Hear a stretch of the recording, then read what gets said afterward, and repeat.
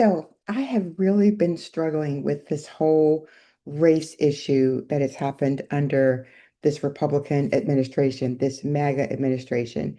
And I've been really trying to find a way to think about it. So I know that all of you read Anat Shankar-Rosario and Lanny, I think her name is Lanny Lopez, who did this whole thing on race class narrative. And I know there's a bunch more work to be done on it. What I think, though, is that Republicans use race and they sort of pummel Democrats with race all the time because we really haven't acknowledged that just throughout history, when Republicans have their biggest wins, it is when they use race. And if the majority of the country is white and you use race, then you have a really big chance of winning, which they do, because what we find is folks do flock towards that narrative, especially when it's surrounded by fear. And this race class narrative idea is that we shouldn't run from it, but that we should talk about it. What I think, though, is that the race class narrative, in my view, is too soft in terms of how we talk about race.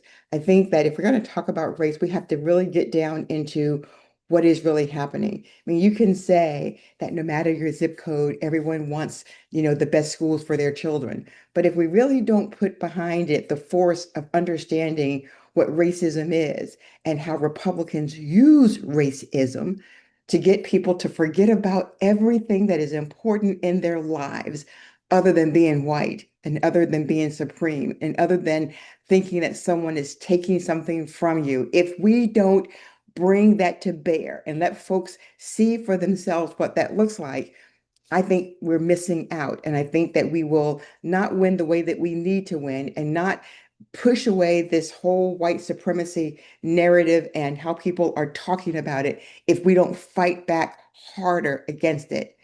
But I want to share one thing that I was reading. I am reading The Look by Michelle Obama. And as I was beginning today, there's a portion of it that I just want to read that I think gets to the race class narrative and why it works.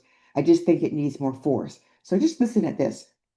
If farmers and blacksmiths could win independence from an empire, if immigrants could leave behind everything they know for a better life on our shores, if women could be dragged to jail for seeking the vote, if a generation could defeat a depression and define greatness for all time, if a young preacher could lift us to the mountaintop with his righteous dream, and if proud Americans can be who they are and boldly stand at the altar with who they love, then surely we can give everyone in this country a fair chance at the great American dream.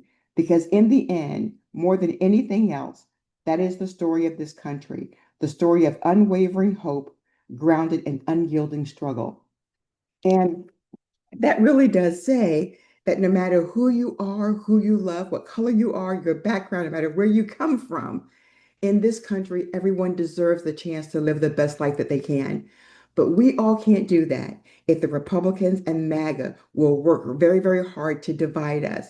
And it also won't work if we don't tell people why and how they are dividing us. I'd love to know what you think about it. So thanks.